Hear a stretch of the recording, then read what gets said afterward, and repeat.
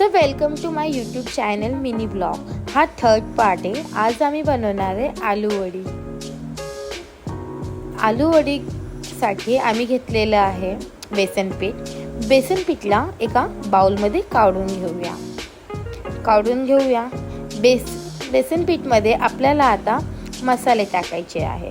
ते म्हणजे लाल मिरची पावडर, स्वादानुसार मीठ टाकायचं आहे, थोडीशी हळदी घ्यायची आपल्याला आणि साखर सुद्धा थोडी घ्यायची आपल्याला, कारण की आपल्या वडीमध्ये थोडा गोडपणा येईल। ते घेतल्यानंतर ना मला चिंचेचं पाणी सुद्धा आपल्याला टाकायचं आहे। त्याच्यामध्ये चिंचेचं पाणी ॲड केल्याने आपल्याला ते आलू वडीची जी पानं असतात ना, त्यांनी जी गळ्यामध्ये जी खाज येते बघा आपल्याला, ती येणार नाही। म्हणून आता थोडंसं पाणी ॲड करूया त्याच्यामध्ये आणि आता ते मिक्स करूया। मिक्स केल्यानंतर ना हे बघा किती छान पद्धतीने आलंय बघा। मिक्स केलेलं आहे सगळं। अजून आपल्याला पाणी टाकून थोडं ते हलवायचं आहे बेसन पीठला।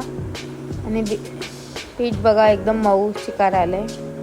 आता ते आपण पानं घेऊया। पानांना आपण कापून घेऊया। सगळी पानं कापून घ्यायची आपल्याला, दांठ्याला सगळे काढून घेऊया आपण। काढून घेतल्यानंतर ते जे उरलेले दांठेल आहेत ना, ते आपण चेचून घेऊया, म्हणजे ते राहिलेले सगळे निघून जातील आणि तुटून जातील। सगळे आपण हे करून घेऊ।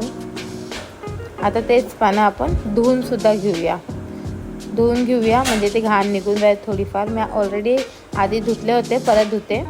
तर त्याला आपण ते बेसन पीठ लावून घेऊया, जे आपण मिश्रण तयार केलेलं होतं ते वर खाली सगळे पानांना व्यवस्थित लावून घेऊया।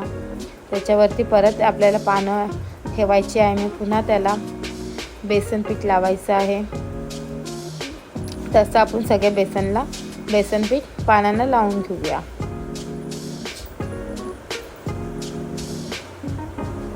लावल्यानंतर ना त्याचा आपल्याला रोल बनवायचा आहे। रोल बनवून घेऊया आपण। हळूहळू करायचं, नाहीतर ते सुटून जाणार।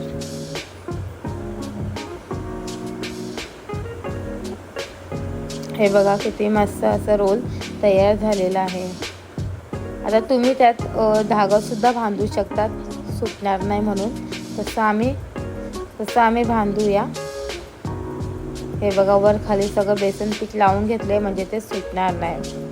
हे बघा मी धागा पण सुद्धा लावलेला आहे।